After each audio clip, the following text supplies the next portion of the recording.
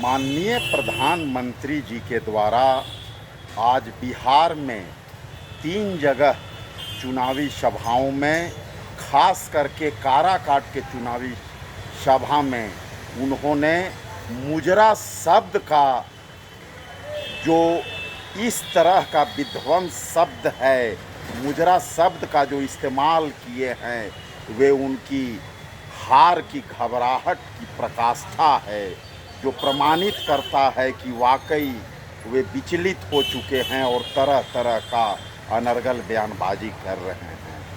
देश के प्रधानमंत्री के मुख से कभी देश के 140 करोड़ जनता ये नहीं सोचे होंगे कि हमारे माननीय प्रधानमंत्री के मुख से मुजरा जैसे शब्द भी निकलेगा विपक्षी के लिए।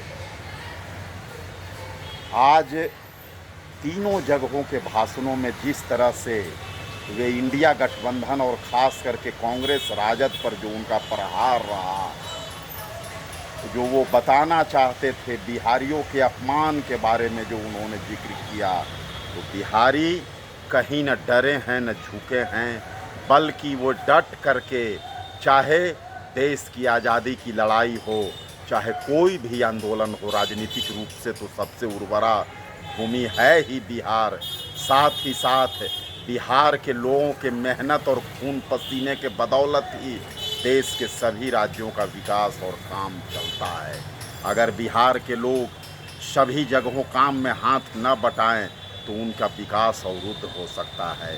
और जहां तक देश की एकता, अखंडता और धर्मनिरपेक्षता की बात है, उसे अक्षुण्ण रखने के लिए, उसे अखंड रखने के लिए कांग्रेस पार्टी ने कई बलिदानें दी है। और साथ ही साथ आतंकवाद और नक्सलवाद को जड़ मूल से सफाया के लिए शुरू से कांग्रेस पार्टी प्रयासरत रही है, जिसके चलते कांग्रेस के 2 प्रधानमंत्री अपनी शहादत दिए, खून का एक एक कतरा बलिदान दिए।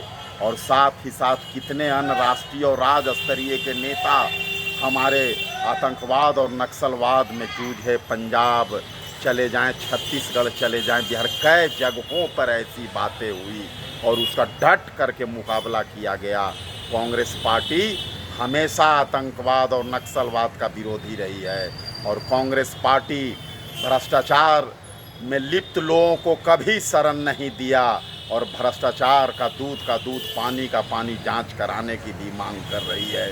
चाहे वो इलेक्ट्रल घोटाला हो, उसका इलेक्ट्रल बॉन्ड का जो घोटाला है, उसकी जांच अगर सामने आएगी तो भ्रष्टाचार भी पता चल जाएगा। इन सारी बातों को लेकर के देशवासी इस बार पूरी तरह से मन बना चुके हैं कि हम 2 बार जुमले में फंसे, तीसरे बार हमसे गलती नहीं करेंगे। उससे विचलित प्रधानमंत्री इंडिया गठबंधन और ख़ास करके कांग्रेस के लिए तरह तरह का भ्रामक और अनर्गल बयानबाजी कर रहे हैं, लेकिन देश की देवतुल्य जनता सभी बातों को समझ रही है और देश की देवतुल्य जनता इस बार 350 सीटों के साथ इंडिया गठबंधन को की सरकार बनाएगी। जय हिंद, जय जनता।